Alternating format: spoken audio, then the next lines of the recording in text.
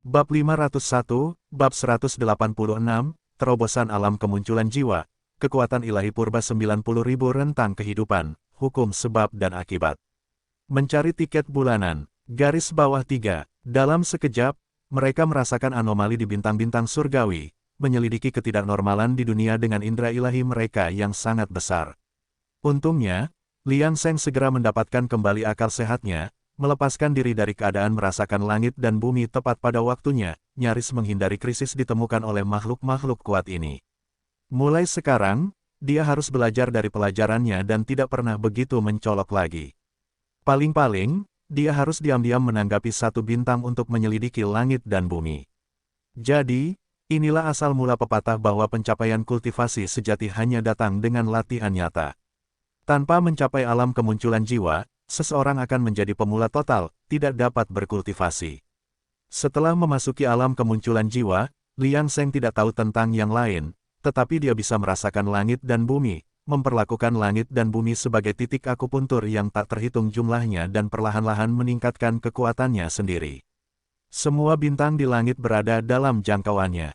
Sungguh mendebarkan. Setelah menerobos, Liang Seng secara tidak sadar mengubah tekniknya, mengoperasikan kitab suci keabadian yang meningkat sepenuhnya di dalam tubuhnya. Kali ini, dia juga tidak membuang banyak waktu. Dia langsung menerobos dua lapisan kitab suci keabadian yang meningkat, mensimulasikan aura alam kemunculan jiwa di bawah metode kultivasi modern tanpa masalah apapun. Dan pada saat ini, panel atributnya telah berubah sekali lagi. Nama, Liang Seng. Usia, 1687. Bakat, kebodohan tak berdosa, kelas atas. Teknik, teknik misterius primordial, lapisan keempat Leaving das Fasting Scripture, lapisan ke-21, 20 teknik pemeliharaan kesehatan, lapisan ke-26 teknik 7 anak panah berkepala paku, kutukan, metode kontemplasi Grand Solar Golden Crow, kemampuan ilahi. Alam, pemurnian ki ketransformasi keilahian, tahap awal kemunculan jiwa. Rentang hidup, 91.039. Dengan menerobos alam kemunculan jiwa, ia menambahkan 20.000 tahun dalam hidupnya, dan untuk pertama kalinya, rentang hidupnya melampaui 90.000 tahun. Spekulasi sebelumnya juga menjadi kenyataan. Setelah menerobos 90.000 tahun kehidupan, kemampuan ilahi bawaannya telah berubah. Pada 30.000 tahun, mencari keberuntungan dan menghindari kejahatan, pada 60.000 tahun, perhitungan rahasia surga, pada 90.000 tahun, itu adalah hukum sebab dan akibat. Kemampuan mencari keberuntungan dan menghindari kejahatan serta perhitungan rahasia surga telah bergabung untuk membentuk kemampuan ilahi bawaan baru dalam rentang hidup 90.000 tahun, hukum sebab dan akibat. Sebuah buku ilusi, hukum sebab akibat dapat menentukan sebab akibat. Karena telah menentukan sebab akibat, secara alamiah ia dapat melihat konsekuensi masa lalu dan masa depan dari buku ilusi hukum sebab akibat. Ini adalah senjata yang sangat kuat, terutama karena ia dapat mendeteksi rentang hidup musuh dengan tingkat kultivasi yang tinggi. Jika rentang hidup mereka pendek, teknik 7 anak panah berkepala paku akan menjadi yang paling efektif, seperti saat gelombang binatang buas, yang dapat menentukan kemenangan dalam satu gerakan. Tentu saja, bahkan tanpa mempertimbangkan teknik kutukan, kemampuan Liang Seng untuk menyelidiki dengan hukum sebab akibat secara langsung, bersama dengan penyembunyian panel atribut, mungkin akan memungkinkannya untuk melarikan diri dari musuh yang tidak dapat dikalahkannya. Lagi pula, dengan mampu melacak lawan melalui hukum sebab akibat secara langsung, hampir mustahil bagi lawan untuk menemukannya. Ini hanyalah keberuntungan terbesar yang diperolehnya dari mengolah teknik kuno. Namun, jika ia ingin melihat lebih jelas dan spesifik, ia harus membayar harga nyawanya sendiri. Jumlah kehidupan yang spesifik bergantung pada sebab dan akibat, dan ini adalah biaya sebab dan akibat. Pada saat ini, Liang Seng tidak memikirkannya lagi. Sebaliknya, dia terus menyerap kenangan tuan kota Zhen Yuan, dan kemudian tidak bisa menahan diri untuk tidak mendesah. Sepanjang hidupnya, Zhen Yuan adalah lambang anak yang berbakat. Pendirian yayasan dalam 50 tahun, inti emas dalam 300 tahun, jiwa baru lahir dalam 1000 tahun, transformasi keilahian dalam 3000 tahun, dan kemunculan jiwa dalam 6000 tahun. Meskipun sekarang, sudah lebih dari 10.000 tahun dan dia belum mencapai tahap tengah kemunculan jiwa, itu terutama karena dia khawatir tentang malapetaka takdir dan tidak berani menerobos dengan gegabah. Oleh karena itu, orang hanya bisa mengatakan bahwa jalur kultivasi penuh dengan rintangan. Bahkan anak yang paling berbakat akan menghadapi berbagai tantangan tergantung pada nasib dan peluang mereka sendiri. Terlebih lagi sekarang penguasa kota Zhen Yuan telah musnah dari tubuh, jiwa, dan roh, terhapus sepenuhnya dari dunia, yang merupakan pengingat brutal tentang bagaimana satu langkah yang salah di jalur kultivasi dapat menyebabkan kegagalan total. Tetapi apa yang dilakukan penguasa kota Zhen Yuan salah? Itu hanya karena sebab dan akibat dari gereja semua makhluk yang, secara kebetulan, menyebabkannya kehilangan nyawanya di tangannya sendiri. Sekarang, dengan kemampuan ilahi bawaan hukum sebab dan akibat, ia harus belajar dari kesalahannya di masa depan, mencoba yang terbaik untuk meminimalkan terciptanya hubungan sebab dan akibat, dan bahkan jika terbentuk, ia harus memperbaikinya tepat waktu. Dengan semua pikiran yang membebani hatinya, Liang Sheng mengingat kembali kedalaman ingatan Tuan Kota Zhen Yuan, karena itulah tujuan utamanya. Di antara garis keturunan Ling Xiaozi ada salah satu kemampuan ilahi teratas. Sumi biji sesawi, kota abadi umur panjang, di bawah paviliun Yao Xiang. Pada saat ini, Liang Sheng akhirnya memperoleh penguasaan benih sesawi yang telah lama ia dambakan, yang secara harfiah berarti menampung dunia dalam benih sesawi, yang mampu menampung langit dan bumi. Tentu saja, ini memerlukan kultivasi ke alam yang mendalam untuk mencapai prestasi seperti itu, seperti Tuan Kota Zhen Yuan, yang masih jauh dari mampu melakukannya. Ia baru berada di level awal benih sesawi, bahkan belum mendekati pencapaian kesuksesan kecil. Namun, meskipun demikian, Tuan Kota Zhen Yuan berhasil menggunakan kemampuan ilahi ini untuk mengakomodasi pintu masuk cabang urat spiritual di batu gunung. Setelah beberapa saat, Liang Sheng membuka matanya, sudut mulutnya tanpa sadar melengkung ke atas. Pada saat ini, ia telah sepenuhnya menguasai teknik rahasia kultivasi penguasaan benih sesawi. Selanjutnya, yang perlu ia lakukan adalah mempraktikkannya secara teratur, menunggu untuk menguasainya secara alami. Siapa yang membuatnya memiliki bakat kebodohan yang tidak bersalah, di mana tidak ada hambatan untuk semua hukum di dunia. Merasakan kekuatan yang tak tertandingi di dalam tubuhnya saat ini, Liang Sheng tidak bisa menahan rasa puas diri. Siapa di dunia ini yang telah mencapai alam kemunculan jiwa dengan rentang hidup kurang dari 2000 tahun seperti dia? Sulit untuk menemukan orang lain seperti dia di dunia ini. Liang Sheng agak gembira, dan hatinya bukannya tanpa rasa krisis. Namun, di bawah mencari keberuntungan dan menghindari kejahatan, masih ada sedikit rasa tidak nyaman. Meskipun tidak ada krisis yang mengancam jiwa saat ini, Liang Sheng tidak terburu-buru. Bagaimanapun, hukum sebab akibat dan kemampuan ilahi takdir surgawinya, yang diperolehnya dari menerobos 90.000 tahun kehidupan, tidak akan seperti sebelumnya, hanya mengetahui hasilnya tanpa mengetahui alasannya. Pada permukaan ilusi hukum sebab akibat, Liang Sheng menganggap palpitasi ini sebagai sumber sebab akibat. Segera, beberapa adegan muncul, yang tidak sekabur perhitungan rahasia surgawi sebelumnya. Setelah melihat sebab dan akibat dengan jelas, Liang Sheng tidak bisa menahan diri untuk tidak mengerutkan kening. Penyebab ketidaknyamanan ini sebenarnya adalah dirinya sendiri. Ternyata Liang Sheng menyerap terlalu banyak tulang belakang langit dan bumi dari cabang pembuluh darah spiritual kali ini, hampir menghabiskan tulang belakang langit dan bumi dari pembuluh darah spiritual dinasti abadi di kota abadi umur panjang. Hal ini secara alami menarik perhatian dinasti abadi kemenangan timur, dan ditambah dengan anomali langit dan bumi yang dipicu oleh terobosan Liang Sheng, situasinya menjadi lebih rumit. Situasi seperti ini pernah terjadi sebelumnya. Para petinggi dinasti abadi tidak tahu apa yang mereka kaitkan, dan reaksi mereka agak tidak biasa. Permintaan Ling Xiaozi dan Cunyangzi untuk memutuskan hubungan antara kota abadi dan cabang-cabang urat spiritualnya biasanya akan memakan waktu setidaknya beberapa ratus tahun untuk diselesaikan dengan aman. Namun sekarang, karena ketidaknormalan pada cabang urat spiritual kota abadi panjang umur, yang dibutuhkan hanyalah menangani dampak nadi bumi kota abadi panjang umur terhadap keberuntungan dinasti abadi, dan hubungan tersebut dapat diputus dengan lancar. Dalam pemahaman diam-diam dinasti abadi tingkat tinggi, permintaan Ling Xiaozi dan Cunyangzi memang disetujui, tetapi ada juga perubahan dan perintah sekarang berada di tangan individu tingkat tinggi, tidak lagi di bawah kendali mereka. Namun, melihat pemandangan ilusi di bawah hukum sebab akibat, Liang Sheng tidak terburu-buru, tetapi menghela napas lega. Meskipun karena kecelakaan yang terjadi secara kumulatif, penanganan kota abadi oleh dinasti abadi mungkin akan memakan waktu setidaknya 100 tahun untuk menunjukkan tanda-tanda apapun. Jika demikian, mengapa ia harus khawatir? Kekuatan tempurnya sekarang tidak seperti sekarang, yang hampir tidak lebih lemah dari kekuatan besar seperti Ling Xiaozi. Bahkan jika dinasti abadi bergerak dalam 100 tahun, pada saat itu, penguasaan biji masternya seharusnya sudah berhasil dikembangkan.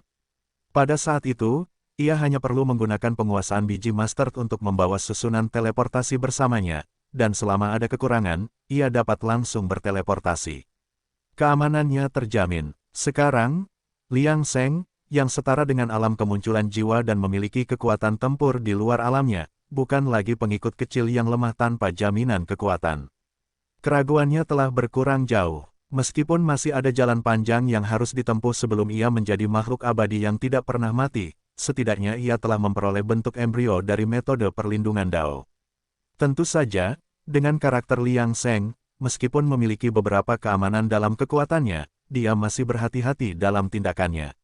Faktanya, dia bahkan pernah pergi secara diam-diam ke cabang-cabang pembuluh darah spiritual kota abadi karena kehati-hatiannya. Melihat Feng Yuan yang sudah disegel, dia memutuskan untuk meniru aura Tuan Kota Zhen Yuan demi keamanan dan menambahkan beberapa lapis susunan penyegelan ke dalamnya. Dengan ingatan Tuan Kota Zhen Yuan yang lengkap, mudah baginya untuk meniru Zhen Yuan, jadi Feng Yuan akan dirawat dengan baik di sini, lebih baik tanpa sadar kembali sampai mati. Setelah menyelesaikan ini, Liang Sheng kembali ke tempat tinggal cadangannya yang telah disiapkan, melepaskan Huang Yifan lagi, dan tentu saja, juga mengubah penampilan tubuh boneka itu. Berhati-hati dalam segala hal, tidak ada yang salah.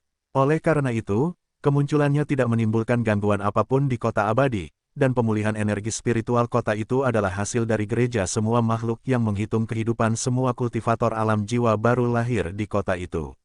Kultivator biasa di kota itu tidak tahu apa yang telah terjadi, dan pada saat ini hati mereka penuh dengan kegembiraan dan energi saat mereka menyambut pemulihan energi spiritual.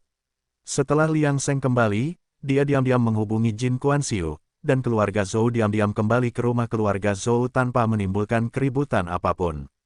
Adapun benih api tersembunyi dari gereja semua makhluk, bahkan jika mereka dilindungi oleh master jiwa baru lahir, mereka tetap memilih untuk tinggal di tempat asal mereka dan berhibernasi karena Ling Kun tidak memberikan instruksi apapun pada akhirnya. Sebelumnya, ketika gereja semua makhluk merumuskan rencana ini, mereka telah mengantisipasi situasi ini. Apakah energi spiritual kota abadi dipulihkan atau tidak, tanpa menerima perintah yang jelas, mereka tidak akan muncul secara terbuka. Karena mereka adalah benih api terakhir dari gereja semua makhluk, mereka harus sangat berhati-hati. Setelah itu, Longevity Immortal City menjadi tenang. East Victory Immortal Dynasty, Capital City Seoul Song. Pada saat ini, wajah Ling Xiaozi telah kembali normal.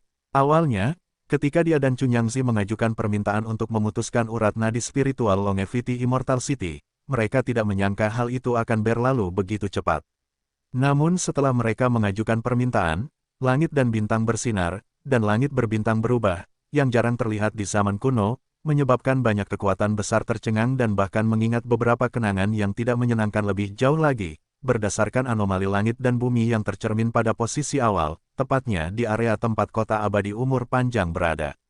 Dengan demikian, eselon atas bermaksud untuk menyelidiki masalah apapun di seluruh area dan dengan mudah menyetujui penyerahan Ling Xiaozi. Pada saat ini, rumah Ling Xiaozi.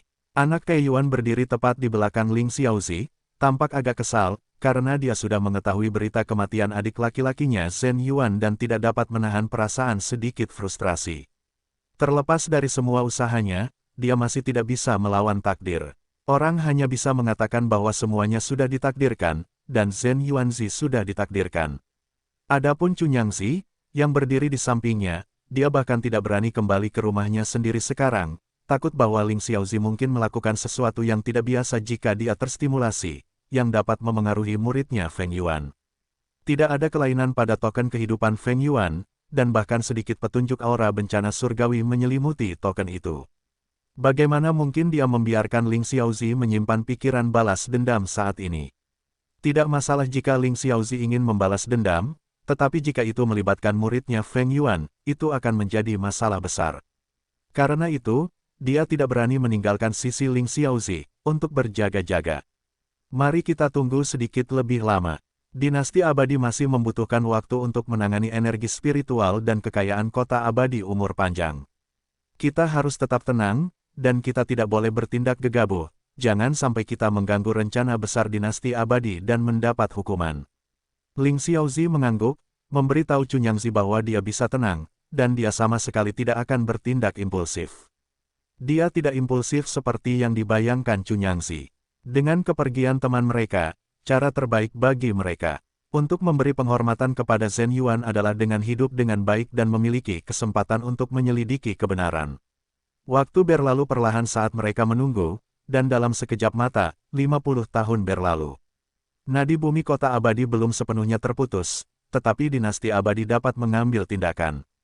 Mengenai anomali sebelumnya, biarkan para pembudidaya tingkat rendah menyelidiki. Jika memang seperti yang mereka duga, itu mungkin sebuah kesempatan. Berita itu dengan cepat beredar di kalangan eselon atas, dan ibu kota Lingge secara bertahap mengaduk gelombang. Ling Xiaozi dan yang lainnya juga agak terkejut. Segalanya menjadi tidak terkendali. Kota abadi umur panjang. Pada saat ini, Liang Sheng dengan malas meregangkan tubuh di halaman, melihat matahari terbenam dan cahaya senja keemasan memenuhi langit.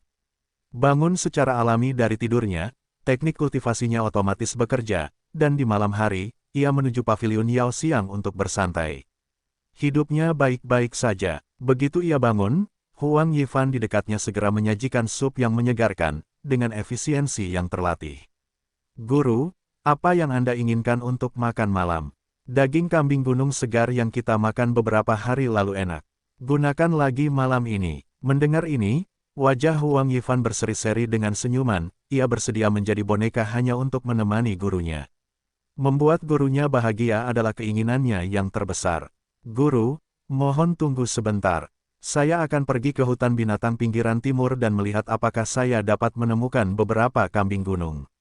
Mungkin perlu waktu. Dengan pemulihan energi spiritual di kota abadi panjang umur dan hampir punahnya para kultivator tingkat tinggi, jumlah binatang iblis di pinggiran kota sekitarnya secara bertahap meningkat. Dengan para kultivator yang menjelajah untuk mencari peluang, bisa sangat berbahaya jika mereka tidak berkelompok. Namun, bahaya juga mewakili peluang.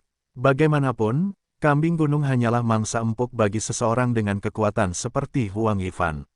Liang Sheng melihat Huang Yifan pergi, lalu berbaring kembali di kursi malas. Kemalasan terkadang bisa menjadi bentuk kebahagiaan. Saat ini, penguasaan biji sesawi Liang Sheng telah mencapai level pemula dan bahkan mendekati ranah kesuksesan kecil. Faktanya, hanya dalam 50 tahun, jika Zhen Yuan Spring mengetahuinya, dia mungkin akan mati karena malu. Bagaimanapun, dia telah berkultivasi selama 10.000 tahun dan baru saja mencapai level pemula, jauh dari ranah kesuksesan kecil. Sekarang Liang Sheng berbalik untuk mencari posisi yang lebih nyaman, dan secara singkat memperlihatkan apa yang ada di balik lengan bajunya. Di dalamnya terdapat banyak sekali ladang spiritual yang menggunakan kekuatan pelipatan biji sesawi sumi, tetapi tanpa rumput spiritual yang ditanam. Begitu Liang Sheng mencapai ranah kesuksesan kecil dengan penguasaan biji sesawinya, dia akan dapat memindahkan makhluk hidup, tetapi untuk saat ini, dia hanya menempatkan ladang spiritual. Dia menyebut teknik ini, semesta lengan baju, yang secara alami diambil dari legenda dari kehidupan masa lalunya. Ditambah dengan City Master Zhen Yuan yang memiliki nama yang sama dengan tokoh legendaris tersebut, hal itu muncul begitu saja di benak Liang Sheng. Faktanya, bagian terpenting dari Sleeve Universe bukanlah medan spiritual yang telah dipersiapkan, melainkan teleportation array, yang memungkinkan pelarian instan di saat-saat kritis. Dalam waktu singkat, Huang Yifan kembali dengan bangkai kambing gunung yang telah dibersihkan dan langsung menuju dapur. Liang Sheng terus berbaring di kursi malas, dengan bintang-bintang Zhoutian di dalam dirinya yang terkondensasi menjadi resonansi. Saat malam berangsur-angsur tiba, bintang-bintang itu tampak merespons samar-samar ke angkasa luar, seperti bernapas. Namun, Liang Sheng tidak berani menyerap esensi bintang-bintang dengan sekuat tenaga, karena turbulensi yang disebabkan oleh terobosannya sebelumnya terlalu besar. Dia tidak berani bersikap gegabah untuk saat ini. Pada saat ini, suara pertempuran samar-samar datang dari luar gerbang tetapi dengan cepat diredam. Liang Sheng tidak bereaksi terhadapnya. 50 tahun setelah kebangkitan energi spiritual di Longevity Immortal City, kekuatan baru telah muncul, menciptakan lanskap baru. Sekte Green Mountain adalah kekuatan yang paling baru bangkit di dekat rumah besar Liang Seng, dengan pemimpinnya adalah seorang Taois inti emas, yang dapat dianggap sebagai pusat kekuatan lokal. Selama era Zhen Yuan di Longevity Immortal City, mereka akan menjadi kekuatan kelas menengah, jauh dari pengaruh yang mereka miliki sekarang. Kebangkitan Sekte Green Mountain memiliki alasannya sendiri, terutama karena pergolakan di Longevity Immortal City, dan perombakan semua kekuatan. Pada awalnya, semua orang waspada dan berkonsentrasi pada kultivasi, mencoba memulihkan lingkungan untuk kultivasi, dan mengumpulkan sumber daya kultivasi. Keluarga Zhou tidak terkecuali namun, seiring berjalannya waktu, para kultivator yang telah maju secara bertahap bangkit menjadi terkenal. Di daerah dengan persaingan, perselisihan tidak dapat dihindari, dan di mana ada perselisihan, faksi akan terbentuk. Untuk mewariskan warisannya, keluarga Zhou secara alami membutuhkan sumber daya kultivasi, sehingga konflik secara alami akan muncul ketika mengumpulkan sumber daya dari orang lain. Berbicara secara logis, keluarga Zhou, dengan Jin Kuan-Siu di pucuk pimpinannya, seharusnya tidak menghadapi krisis apapun. Faktanya, inilah masalahnya, dalam 50 tahun ini, keluarga Zhou telah menjadi kekuatan yang kuat dengan hak mereka sendiri. Namun, keluarga Zhou selalu berhati-hati, dan dengan Liang Seng yang diam-diam membimbing Jin Kuan-Siu, yang tahu bahwa akan ada perubahan besar di kota abadi, tindakan keluarga Zhou tidak pernah terlihat. Sekte Gunung Hijau adalah sarung tangan putih keluarga Zhou. Tidak seorang pun tahu bahwa Sekte Gunung Hijau yang sangat kuat di daerah ini sebenarnya adalah cara bagi keluarga Zhou untuk menyembunyikan niat mereka yang sebenarnya. Pertarungan tadi hanyalah pertengkaran antara berbagai kekuatan. Sekte Gunung Hijau berpengalaman dalam menangani masalah seperti itu, jadi situasinya dengan cepat diredam. Liang Seng sudah memiliki kambing gunung panggang di mejanya. Melihat daging kambing panggang yang berwarna keemasan dan berair, dia tidak bisa menahan rasa lapar yang besar. Kemudian, Liang Seng menunjukkan ekspresi puas, sementara Huang Yifan tersenyum bahagia di sampingnya. Membuat tuannya merasa seperti ini adalah kebahagiaan terbesarnya. Tetapi pada saat ini, Huang Yifan sedikit mengernyit, dan di matanya, niat membunuh yang dingin muncul. Siapa yang berani menimbulkan masalah saat ini? Pada saat ini, Liang Seng tidak menunjukkan respons apapun dan terus membenamkan dirinya dalam makanan lesat. Untuk masalah seperti itu, Huang Yifan secara alami akan menanganinya dengan baik. Di luar rumah Liang Seng, pada saat ini, dua bayangan bersembunyi di kegelapan malam, bergerak perlahan, dan ada sedikit kegembiraan di mata mereka. Panen mereka kali ini jauh di luar imajinasi mereka. Siapa yang mengira Sekte Green Mountain punya rahasia seperti itu? Seolah-olah mereka telah mengungkap lapisan kebenaran yang tersembunyi. Itu seperti menemukan banyak lapisan permainan cangkang yang tersembunyi. Siapa yang mengira bahwa mereka akan secara tidak sengaja menemukan bahwa Sekte Green Mountain punya pendukung dan ada pendukung yang lebih mengerikan di baliknya, mungkin memikirkan manfaat besar yang bisa mereka peroleh dari informasi ini, mereka tidak bisa menahan diri untuk tidak sedikit melengkungkan bibir. Berkat pertemuan tak sengaja mereka dengan teknik penyembunyian yang mereka peroleh dari sisa-sisa penguasa kota, mereka mampu mengubah diri menjadi bayangan, menyelinap ke wilayah Sekte Gunung Hijau, dan mengungkap rahasia ini. Sekarang setelah mereka memastikan lokasi dalang utama, mereka hanya ingin bergegas kembali dan melapor kepada pemimpin mereka. Namun, pada saat ini, mereka tiba-tiba mendapati diri mereka tidak dapat bergerak, dan sesosok muncul di depan mata mereka, menatap mereka dengan saksama. Pria yang muncul itu tidak lain adalah Huang Yifan, yang sekarang menatap keduanya yang berjongkok di sudut dinding rumah Liang Seng dengan jijik. Beraninya mereka memprovokasi tuan mereka. Fakta bahwa tuan itu tidak bereaksi tadi bukan berarti dia tidak peduli, dia hanya percaya Huang Yifan dapat mengatasinya, berharap nafsu makannya tidak akan terpengaruh sedikit pun karena ini. Saat berikutnya, sebelum mereka berdua bisa bereaksi, Huang Yifan meletakkan tangannya di kepala mereka dan langsung memulai teknik pengendalian jiwa. Huang Yifan bukanlah Liang Seng, dan penguasaannya terhadap teknik pengendalian jiwa jauh lebih rendah, membutuhkan kontak fisik untuk memicu fungsi pencarian jiwa. Saat berikutnya, di bawah tatapan Huang Yifan, kedua orang itu berubah menjadi abu, dan Huang Yifan tidak bisa menahan diri untuk tidak menghela nafas. Tampaknya dia perlu mengingatkan Jin Kuan-Siu dan yang lainnya untuk tidak melibatkan gurunya dalam tindakan mereka di masa depan. Kesalahan seperti itu tidak dapat diulangi. Ketika dia kembali ke sisi Liang Seng, dia menemukan bahwa Liang Seng sedang melihat ke langit, wajahnya agak aneh. Apakah dinasti abadi kemenangan timur benar-benar bertindak seperti ini? Liang Seng hanya bisa mengagumi kedalaman dinasti abadi, yang sama sekali tidak terduga kemenangan timur dinasti abadi.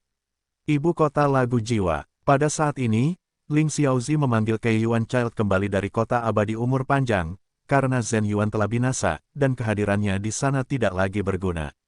Meskipun ada beberapa penyesalan setelah mereka kembali dari istana dinasti abadi, hasilnya tidak terlalu buruk.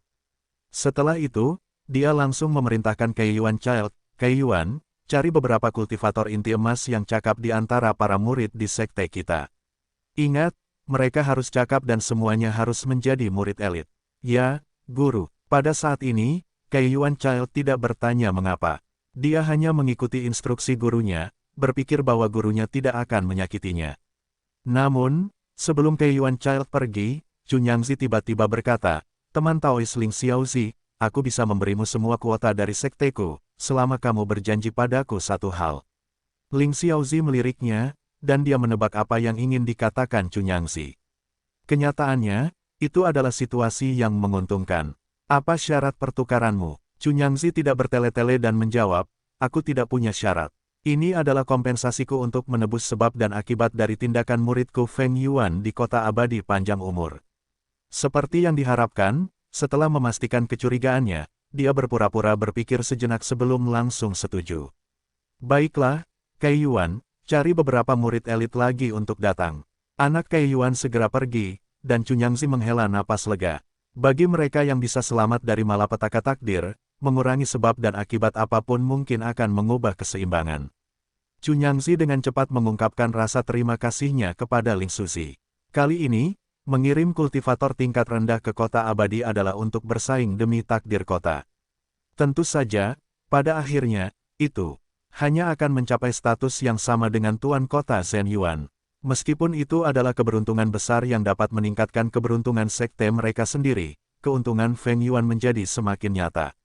Karena itulah yang terjadi, memilih antara posisi tak berwujud sebagai penguasa kota abadi panjang umur dan sesuatu yang lebih nyata adalah pilihan yang mudah untuk dibuat. Tidak perlu diskusi lebih lanjut.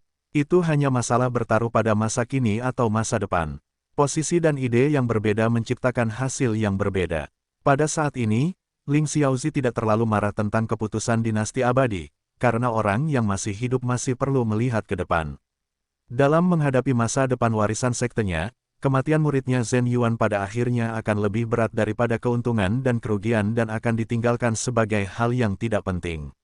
Itu karena dia sudah mati, dan orang mati tidak akan memiliki banyak nilai di depan yang hidup, tidak peduli bagaimana mereka dalam hidup.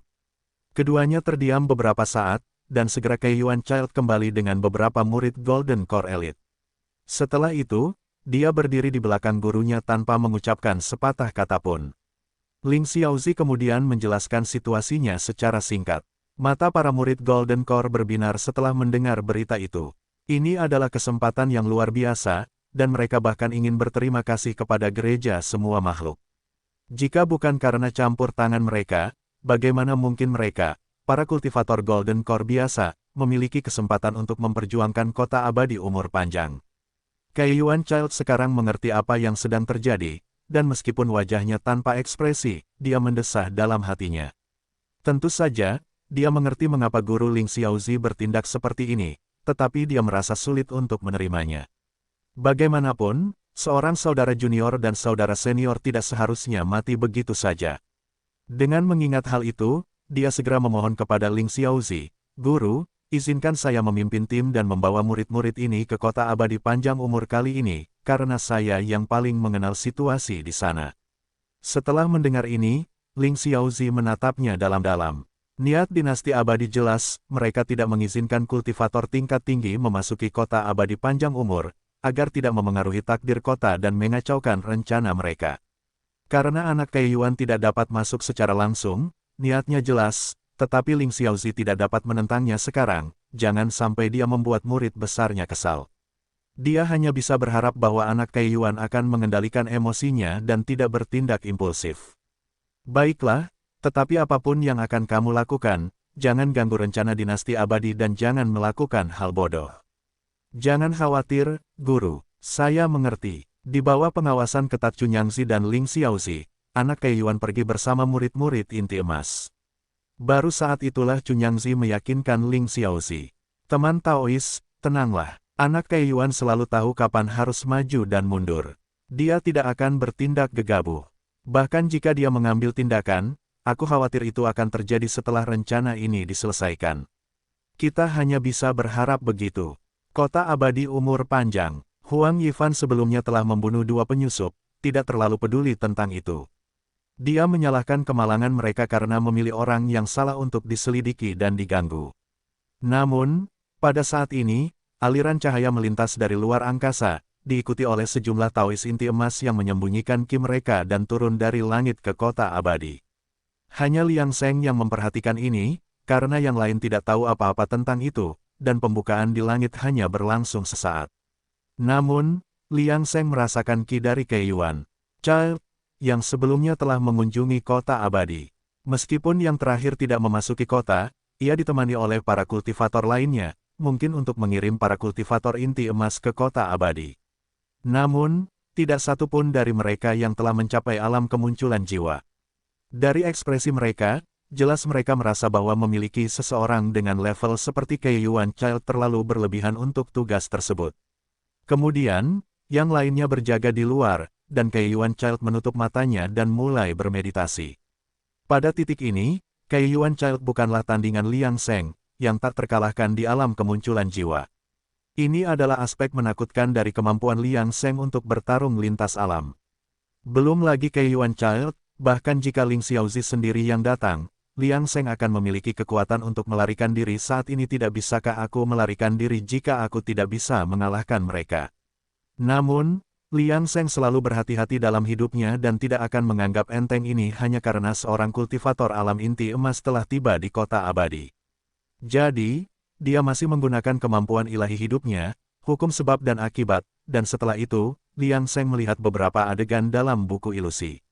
Dia dengan cepat mempelajari sebab dan akibat dari para kultivator inti emas ini yang datang ke kota abadi. Bagaimanapun, ada kesenjangan besar antara tingkat kultivasi mereka dan dirinya, jadi penyelidikan ini mudah saja. Jika Liang Seng ingin menyelidiki Ling Xiaozi di belakang anak Kaiyuan, atau secara langsung menyelidiki dinasti abadi kemenangan timur, itu mungkin akan menghabiskan banyak umurnya, dan dia tidak akan mendapatkan pandangan yang jelas. Tapi sekarang, dia hanya menghitung para kultivator inti emas, dan tidak ada kesulitan. Dan dalam hatinya, mencari keberuntungan dan menghindari kejahatan tetap tidak terganggu.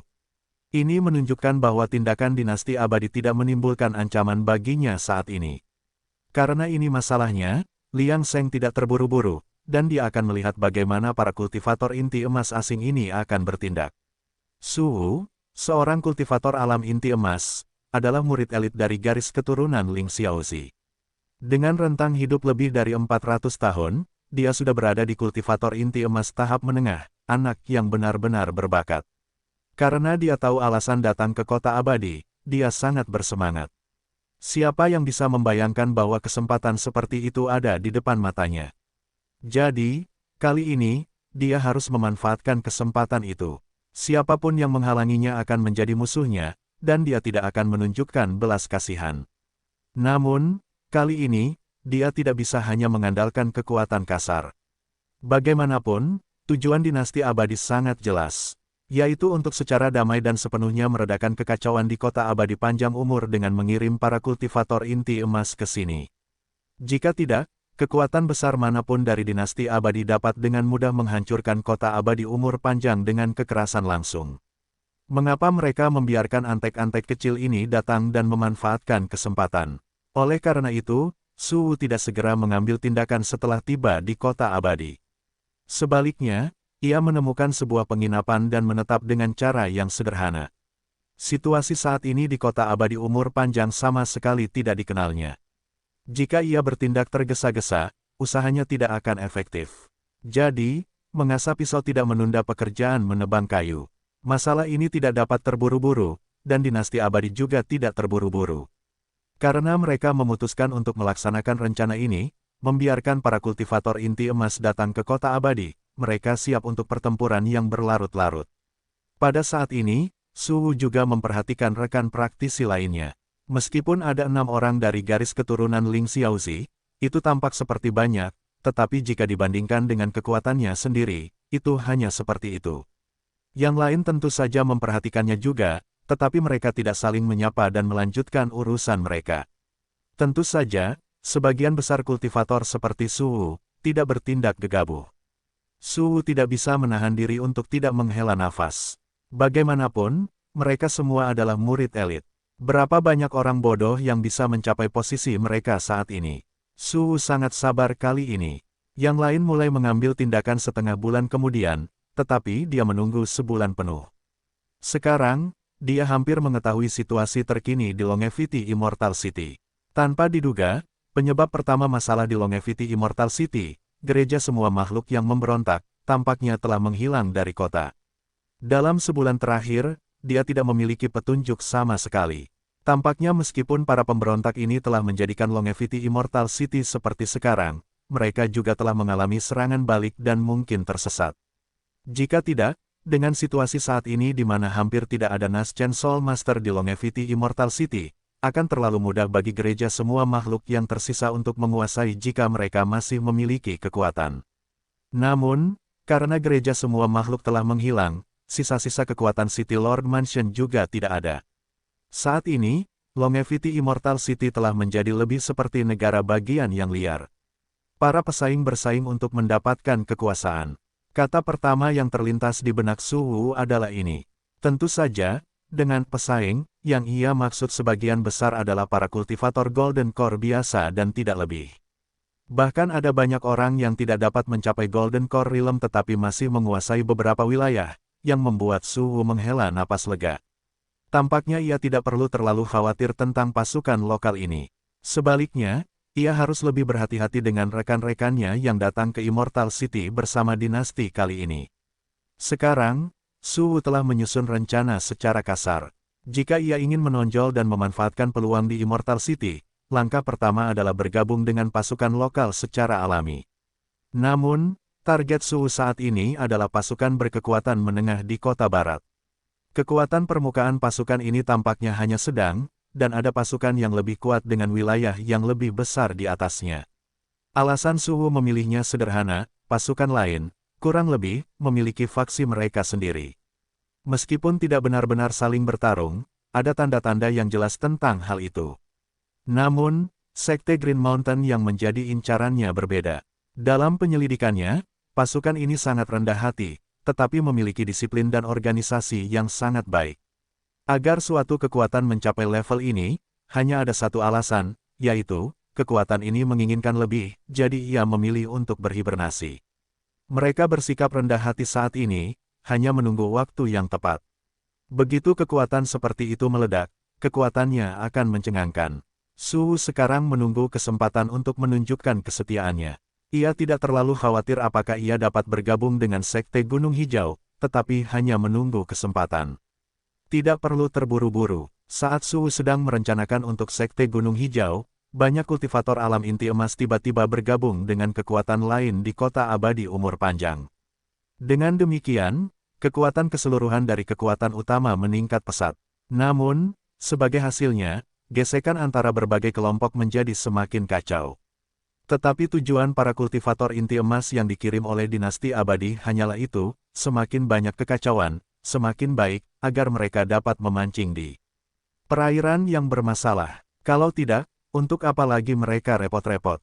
Sekte Gunung Hijau. Pada saat ini, pemimpin Sekte Zhou Fang mengalami sakit kepala, karena dia tidak tahu dari mana begitu banyak Taois inti emas tiba-tiba muncul, menimbulkan riak-riak di kota abadi, yang secara bertahap telah tenang setelah 50 tahun gesekan. Untungnya, dalam situasi ini, Zhou Fang tidak merasakan kegelisahan di hatinya, dan karena tidak ada instruksi dari master keluarga Zhou, dia memutuskan untuk menunggu dan melihat bagaimana keadaan akan berkembang. Bagaimanapun, Sekte Gunung Hijau berbeda dari kekuatan kota abadi lainnya, selama wilayah keluarga Zhou tetap tidak kacau, dia bisa menutup mata terhadapnya. Tetapi jika seseorang benar-benar berani datang dan membuat masalah, mereka tentu akan menghadapi serangan balik yang menggelegar. Bahkan jika mereka berhasil bertahan hidup, lalu bagaimana? Ketika saatnya tiba bagi tetua tamu untuk mengambil tindakan, tidak peduli seberapa kuat pengaruh mereka atau berapa banyak Taois inti emas yang mereka miliki, hasilnya akan sama saja. Mungkin mereka tidak akan pernah tahu apa yang telah terjadi sampai saat kematian mereka. Harus dikatakan bahwa cara keluarga Zhou dalam menangani masalah adalah lebih suka bertindak dalam kegelapan dan tidak pernah pamer. Jika bukan karena ini, dengan kekuatan keluarga Zhou saat ini, tidak akan ada lawan di dalam kota abadi panjang umur. Bagaimanapun, pada saat ini, Master Jiwa baru lahir sudah menjadi kekuatan pertempuran teratas di permukaan kota abadi. Saat dia merenungkan hal ini, seorang murid dari Sekte Gunung Hijau bergegas masuk. Pemimpin Sekte, Aula Harimau Marah telah membunuh semua murid pelindung Lingtian kita di ladang roh pinggiran barat dan menyatakan bahwa mereka sekarang mengendalikan wilayah itu. Zhou Fang mengerutkan kening setelah mendengar ini, tidak menyangka keadaan akan menjadi begitu buruk begitu cepat. Tampaknya Aula Harimau Marah juga telah merekrut beberapa Taois inti emas yang tiba-tiba muncul, itulah sebabnya mereka begitu sombong.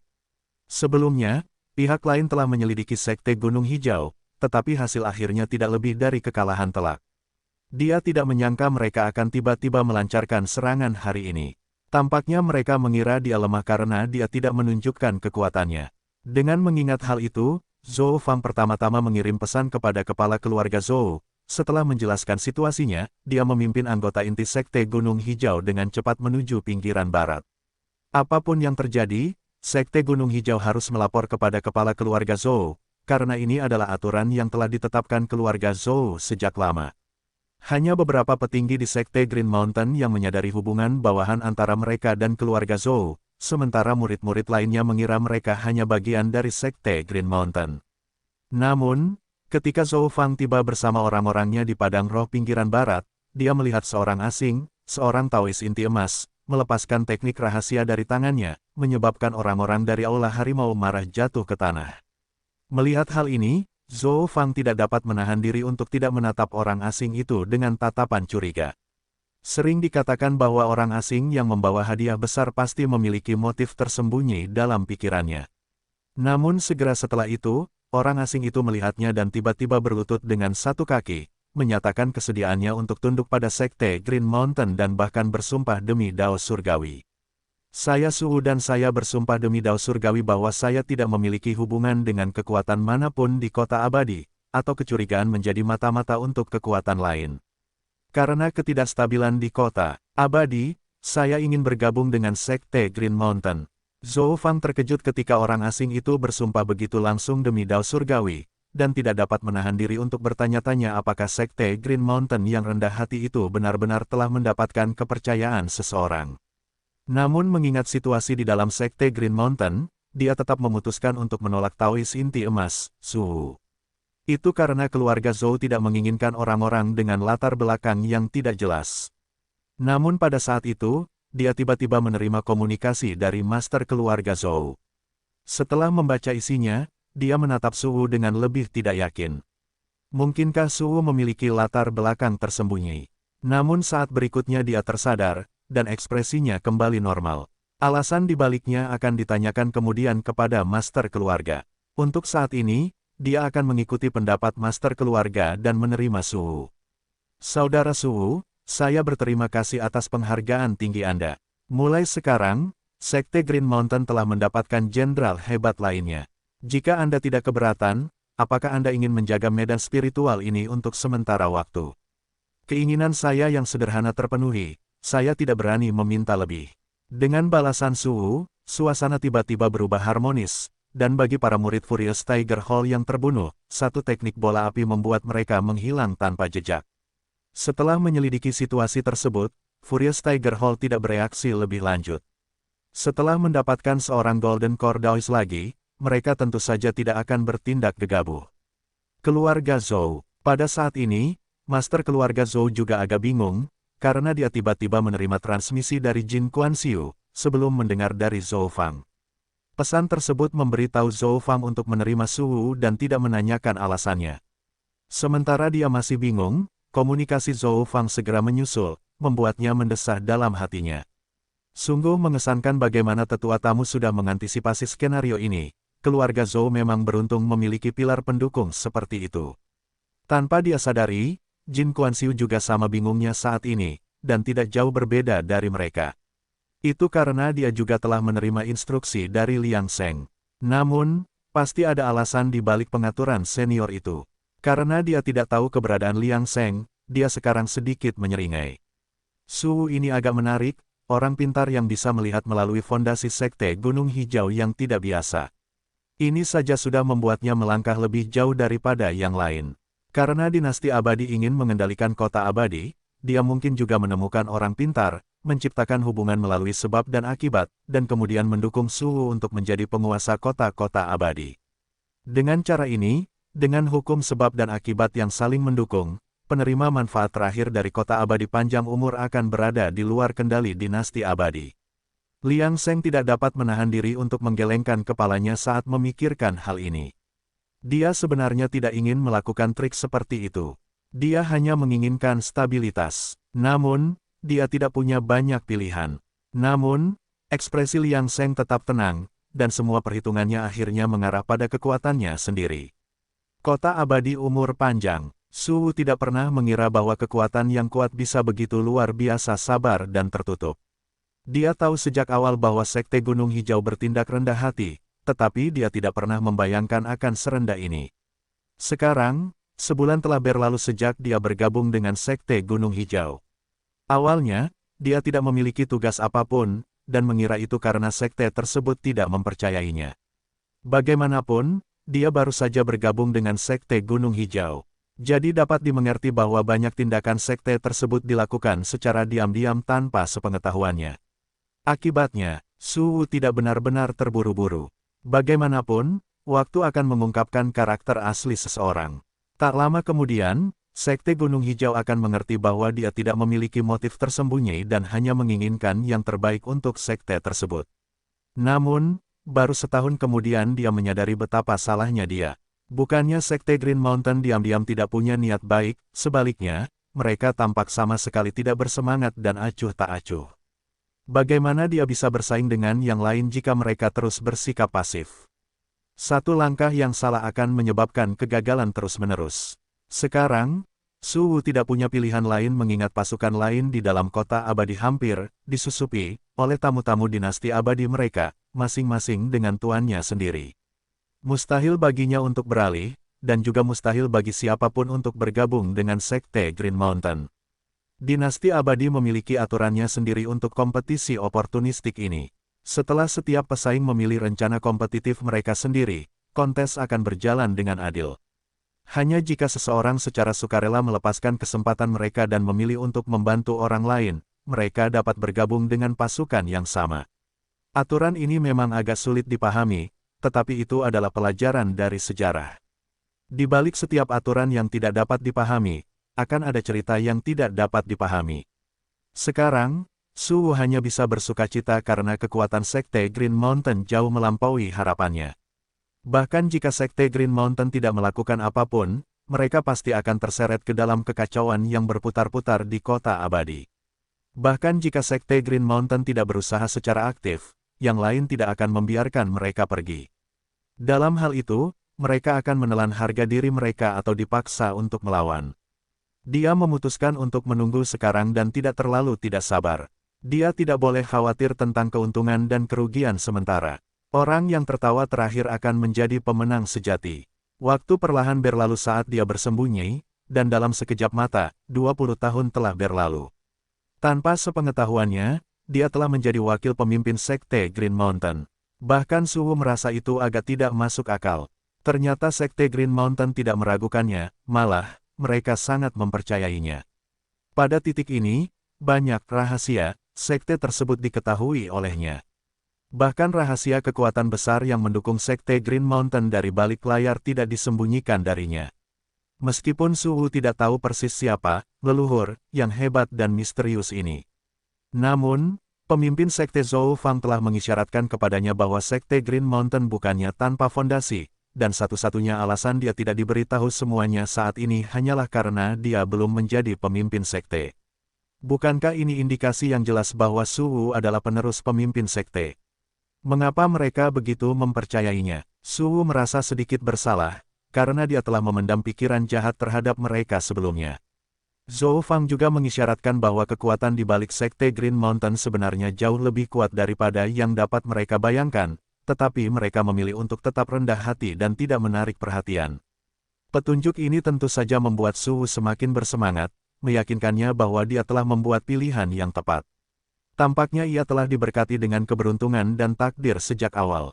Dalam keadaan seperti ini, ia secara alami menjadi termotivasi dan mulai bekerja sama lebih aktif dengan Sekte Gunung Hijau, karena ia juga percaya Zhou Fang tidak menipunya. Faktanya, selama 20 tahun terakhir, beberapa kekuatan di Kota Abadi telah berusaha untuk menyerap Sekte Gunung Hijau setelah kekuatan mereka sendiri telah berkembang. Namun, tidak peduli siapa lawan mereka atau seberapa kuat mereka, pada akhirnya, mereka semua gagal total. Mereka bahkan harus meminta maaf dan menebus kesalahan untuk menyelamatkan muka dan menjaga perdamaian antara kedua belah pihak. Namun ada juga yang dibutakan dan meremehkan Sekte Gunung Hijau. Pada akhirnya, kekuatan mereka diam-diam runtuh, dan mereka menghilang dari Kota Abadi panjang umur. Di antara kekuatan-kekuatan ini adalah Taois inti emas yang datang bersama Su Wu untuk ujian. Setelah mereka gagal melawan Sekte Gunung Hijau, mereka dipenuhi dengan penyesalan. Karena serangan mereka yang gagal berarti mereka telah kehilangan kesempatan dalam kompetisi, dan yang dapat mereka rasakan di hati mereka hanyalah depresi dan ketidakberdayaan.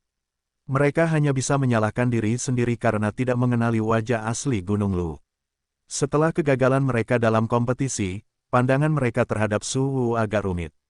Sungguh keberuntungan. Namun, mereka tidak tahu bahwa Sekte Gunung Hijau sangat menghormati Su Wu karena alasan khusus, alasan yang bahkan tidak dipahami oleh eselon atas Sekte Gunung Hijau. Saat ini, hubungan antara Sekte Gunung Hijau dan keluarga Zhou dirahasiakan dari semua orang. Bahkan Zhou Fang telah menerima perintah untuk secara bertahap memutus kontak dengan keluarga Zhou selama 20 tahun ini. Situasi internal Sekte Gunung Hijau hampir sepenuhnya terbuka bagi Su Wu, berkat instruksi tetua tamu Jin Kuan-Siu kepada keluarga Zhou dari balik layar. Tentu saja, dalang utama di balik semua ini adalah Liang Sheng. Di bawah hukum sebab akibat kemampuan ilahi, dia telah menyelesaikan rencana yang paling menguntungkan bagi dirinya sendiri. Liang Sheng bermaksud untuk mempersiapkan Su Wu menjadi penguasa Kota Abadi, sehingga dia dapat menggunakan hubungan sebab akibat ini untuk menjalani kehidupan yang nyaman di masa mendatang. Dia tidak berniat menyabotase rencana dinasti abadi. Dengan Su Wu yang mengendalikan keberuntungan Kota Abadi umur panjang, dinasti abadi pasti akan merasa tenang, karena keberuntungan mereka sendiri tidak akan terpengaruh. Itu adalah rencana yang sempurna. Bagi Liang Sheng, ini juga merupakan rencana terbaik baginya untuk tinggal di Kota Abadi dengan damai. Tata letak saat ini benar-benar sempurna.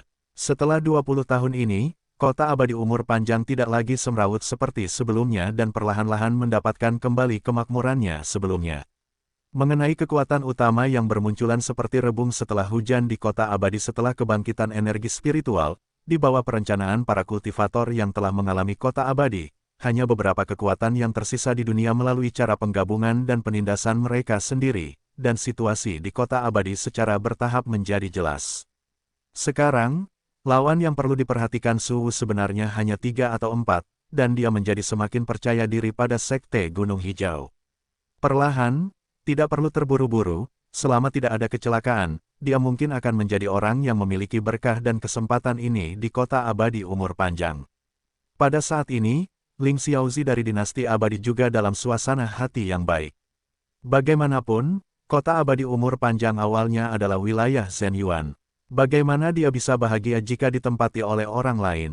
Sekarang Kei Yuan Child telah mengirim pesan balasan, yang menyatakan bahwa Su Wu telah menjadi salah satu penerus Longevity Immortal City yang paling mungkin. Dia secara alami merasa puas di dalam hatinya. Saat ini, di luar Longevity Immortal City, tidak banyak Naschen Soul Master yang masih menjaga di sisi Kei Yuan Child. Bagaimanapun, para kultivator yang mereka kirim telah gagal, jadi mereka tidak perlu tinggal di sini lebih lama lagi. Namun siapa yang akan menjadi pemenangnya masih belum diketahui. Semuanya harus menunggu, dan sudah 30 tahun lagi. Dalam 30 tahun ini, banyak hal telah terjadi. Liang Sheng, Untuk memastikan bahwa rencananya tidak akan gagal, telah terus-menerus membuat rencana dan penyesuaian saat situasi di Immortal City berubah. Dalam 30 tahun ini, 4 kekuatan utama yang tersisa di Immortal City, termasuk Green Mountain Sect, telah bertindak lebih hati-hati, dan tidak ada yang berani bertindak gegabah. Setelah Liang Sheng menemukan situasi ini, dia juga mulai menyesuaikan rencananya tepat waktu, tampaknya perencanaannya sebelumnya masih agak konservatif. Kecepatan suhu untuk naik ke kekuasaan perlu dipercepat lebih jauh. Dengan cara ini, jika rencananya berhasil, dia hampir bisa hidup tanpa beban di kota abadi dan berkultivasi dengan aman, dengan sepenuh hati mengejar jalan keabadian. Setelah menerima semua kenangan dari Tuan Kota Zhen Yuan, Liang Sheng percaya bahwa seharusnya tidak ada seorang pun di dunia ini yang mengenal kota abadi panjang umur lebih baik daripada dia. Dalam keadaan seperti itu, bagaimana mungkin Liang Sheng bersedia pindah ke tempat asing lainnya dan memulai lagi? Atau hidup dalam ketakutan lagi? Jadi, selama 30 tahun ini, Su secara alami menerima semakin banyak perhatian dari Sekte Green Mountain. Bagaimanapun, dia adalah seorang Taois inti emas, dan tingkat kultivasinya telah sedikit meningkat dalam 50 tahun ini. Pemimpin Sekte Zhou Fang merasa semakin malu pada dirinya sendiri dan secara pribadi meminta Su bersumpah bahwa selama dia berjanji untuk tidak mengkhianati Sekte Green Mountain, dia akan memberinya posisi pemimpin Sekte. Zhou Fang bukan tandingan Su lagi. Posisinya sebagai pemimpin Sekte saat ini agak tidak pantas. Setelah mendengar ini, Su merasakan gelombang kejutan yang menyenangkan di hatinya dan segera bersumpah pada sumpah Dao Surgawi di depan Zhou Fang bahwa dia tidak akan pernah mengkhianati Sekte Green Mountain. Itu bukan kebohongan, karena sebagai seorang kultivator, Su sekarang menjadi pemimpin Sekte Green Mountain, yang merupakan keberuntungannya. Bagaimana mungkin dia bisa merusak akarnya? Begitu dia benar-benar mengendalikan kota abadi panjang umur di masa depan, Sekte Green Mountain akan menjadi orang kepercayaannya, tangan kiri dan tangan kanannya, jadi mengapa dia perlu mengkhianati Sekte Green Mountain? Jadi, sejak tiba di kota abadi umur panjang hingga sekarang, ia hanya butuh waktu 50 tahun untuk menjadi pemimpin Sekte Green Mountain Sect, dan sekarang menjadi salah satu pemimpin dari beberapa kekuatan besar yang tersisa di kota abadi umur panjang. Pada titik ini, ia telah jauh melampaui pesaing lainnya. Meskipun yang lain sekarang berada di antara beberapa kekuatan besar, tidak ada dari mereka yang memegang posisi seperti dia sebagai pemimpin sekte. Setelah Su berhasil menjadi pemimpin sekte, Zhou Fang membawanya ke tempat tersembunyi di mana ia akhirnya bertemu dengan kekuatan sebenarnya di balik Sekte Green Mountain, leluhur jiwa baru lahir. Sebenarnya ada master jiwa baru lahir di balik Sekte Green Mountain, dan surga benar-benar memberkati mereka. Salam, leluhur. Su saat ini dengan hormat menyapa master jiwa baru lahir di depannya tetapi tidak tahu bahwa identitas aslinya hanyalah boneka. Ini, tentu saja, adalah perbuatan Liang Sheng. Awalnya, orang-orang di Sekte Green Mountain selain eselon atas tidak tahu tentang hubungan antara Sekte Green Mountain dan keluarga Zhou. Namun, sekarang setelah dinasti abadi terlibat, Liang Sheng tentu saja harus menyingkirkan nama keluarga Zhou. Agar Su percaya dan yakin dalam menyingkirkan lawan lainnya, yang terbaik adalah memunculkan leluhur jiwa baru yang misterius. Ini adalah boneka yang dimiliki Huang Yifan sebelumnya. Setelah Liang Sheng menerobos ke alam kemunculan jiwa, dia tidak kekurangan bahan lagi, dan telah membantu Huang Yifan mendapatkan tubuh boneka transformasi keilahian yang baru. Boneka jiwa baru yang disingkirkan ini juga memiliki tujuan, menjadi leluhur rahasia Sekte Gunung Hijau. Setelah Su memberi hormat, dia bahkan belum sempat melihat penampilan leluhur jiwa baru lahir ketika dia mendengar suara gembira berbicara. Benar saja, surga memberkati Sekte Gunung Hijau kita. Kesempatan kebangkitan besar yang disiapkan dan dinubuatkan oleh para leluhur Sekte Gunung Hijau kita memang telah tiba. Pada saat ini Su masih tidak mengerti apa yang sedang terjadi, hanya untuk melihat wajah leluhur yang baik hati melambaikan tangannya. Kemarilah dan biarkan aku melihatmu dengan baik. Su agak bingung saat ini, tetapi saat ini dia tidak bisa menolak untuk pergi. Bagaimanapun juga, ini adalah leluhur jiwa baru lahir. Namun, semakin bersemangat pihak lain itu, semakin bingung dan takut Su merasa. Mengapa penghormatan seperti itu? Pada saat Su tiba dengan gugup di depan leluhur jiwa baru lahir, yang terakhir langsung memegang lengan kirinya dengan satu tangan dan kemudian berlinang air mata. Apa yang sebenarnya terjadi? Pada saat ini, Suwu benar-benar tercengang. Untuk membuat seorang Naschen Soul Master begitu emosional, pasti ada rahasia. Apakah yang baru saja dikatakannya benar? Apakah dia benar-benar semacam peluang besar untuk kebangkitan Sekte Green Mountain? Namun, Suwu tahu asal-usulnya sendiri. Dia berasal dari dinasti abadi, bukan dari kota abadi panjang umur, jadi dia menjadi semakin gugup saat melihat tindakan leluhur. Jika Master Jiwa baru lahir ini menemukan bahwa dia bukanlah orang yang dia cari, di bawah kekuatan-kekuatan jiwa baru lahirnya, kemana dia bisa melarikan diri? Apa yang harus dia lakukan? Pikiran Suwu berpacu seperti orang gila, tetapi ketika dia bingung, Master Jiwa baru lahir itu tampaknya tahu apa yang dia pikirkan. Dia menepuk lengan Suwu, tersenyum, dan berkata, "Jangan takut, kita sebenarnya berada di pihak yang sama." Pihak yang sama. Suwu ingin menangis tetapi tidak bisa, tampaknya pihak lain benar-benar membuat kesalahan. Dia tidak termasuk dalam kota abadi umur panjang, bagaimana situasinya tiba-tiba menjadi seperti ini. Terlepas dari pikiran Suwu, leluhur Sekte Gunung Hijau terus berbicara. "Aku tahu kau berasal dari luar kota abadi, dari dinasti abadi.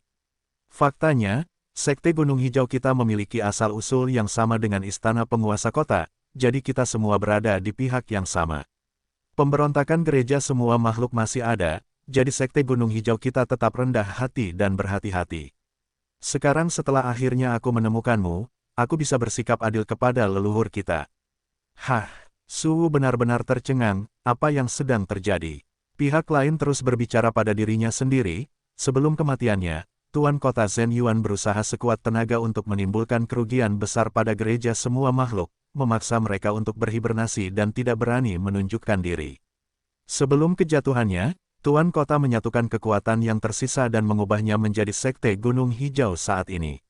Dia bahkan meninggalkan ramalan sebelum kematiannya. Bisa jadi dia melihat masa depan pada saat-saat terakhir malapetaka takdirnya, dan dia berkata bahwa gereja semua makhluk membutuhkan waktu untuk memulihkan kekuatannya, tetapi kota abadi pada akhirnya akan memiliki Tuan Takdir yang kembali. Pada titik ini, suaranya berhenti, menatap tajam ke arah Suwu, lalu berkata-kata demi kata, dan "Orang itu adalah kamu. Surga telah memberkati Sekte Gunung Hijau kita, dan dalam hidupku, akhirnya aku menemukanmu."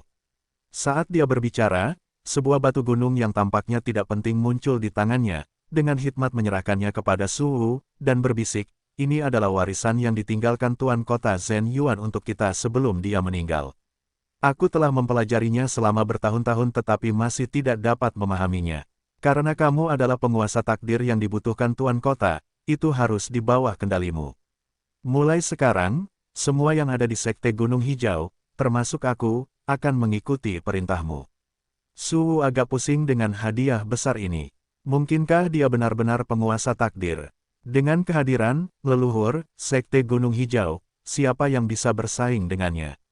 Ini adalah kota abadi panjang umur yang sedang merosot, tempat para Taois inti emas sudah menjadi kultivator terbaik. Diliputi kegembiraan, wajah Suwu memerah meskipun dia telah mencapai alam inti emas.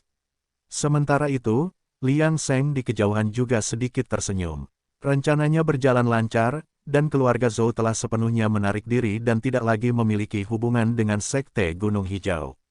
Batu gunung yang diberikan Liang Sheng kepada Suwu sebagai boneka berisi pintu masuk ke cabang pembuluh darah spiritual dinasti abadi, tempat Feng Yuan disegel.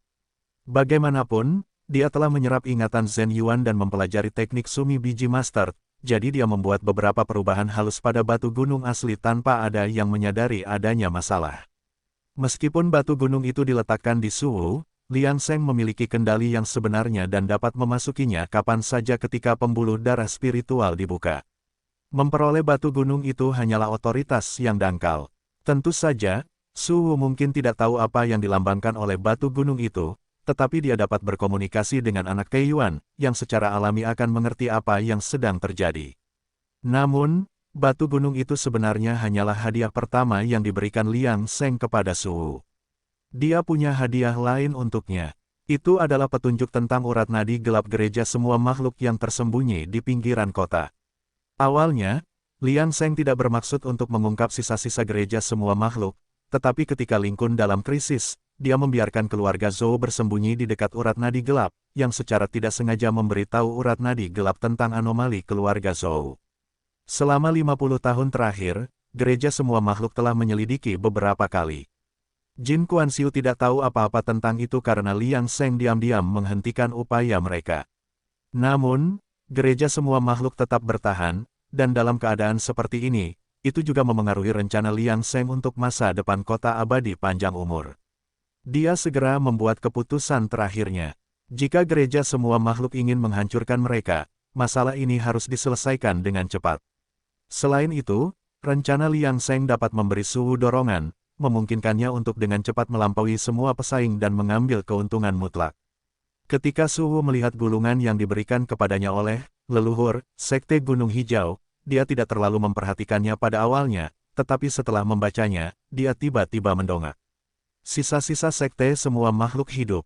Dia tahu bahwa anak Kaiyuan sangat membenci sisa-sisa sekte semua makhluk hidup, dan dia tidak memiliki keraguan lebih lanjut tentang leluhur dan hubungannya dengan istana Tuan Kota. Tanpa diduga, masih ada beberapa master jiwa baru lahir di antara sisa-sisa gereja semua makhluk. Tidak heran, leluhur tidak berani bertindak. Leluhur itu tersenyum tipis pada saat ini. Baiklah, aku tahu kau pasti sudah punya rencana. Karena kau adalah penguasa takdir dari garis keturunan City Lord Mansionku, tidak peduli perintah apa yang kau miliki di masa depan, aku akan mematuhinya. Setelah selesai berbicara, dia tidak mengatakan apa-apa lagi. Suhu tidak mengganggunya lagi, bergegas pergi, dan kembali ke kamarnya, masih bersemangat. Dia benar-benar memiliki berkah yang dalam dan mendalam. Kemudian, tanpa ragu-ragu, dia segera menyampaikan keadaan batu gunung dan gulungan itu kepada Kaiyuan Child, yang berada di luar angkasa. Setelah membaca isinya, Kaiyuan Child tiba-tiba membuka matanya lebar-lebar. Adik laki-laki Zhen Yuan telah membuat rencana seperti itu sebelum kematiannya. Kaiyuan Child tidak bisa menahan air mata. Adik laki-laki Zhen Yuan tidak ingin Longevity Immortal City jatuh ke tangan orang lain. Memikirkan hal ini, Kaiyuan Child tidak bisa lagi mengendalikan emosinya dan meneteskan air mata. Adik laki-laki Zhen Yuan, yakinlah, aku tidak akan pernah mengecewakan kerja kerasmu. Longevity Immortal City, tidak ada yang bisa mengambilnya. Sisa-sisa gereja semua makhluk, pergilah ke neraka.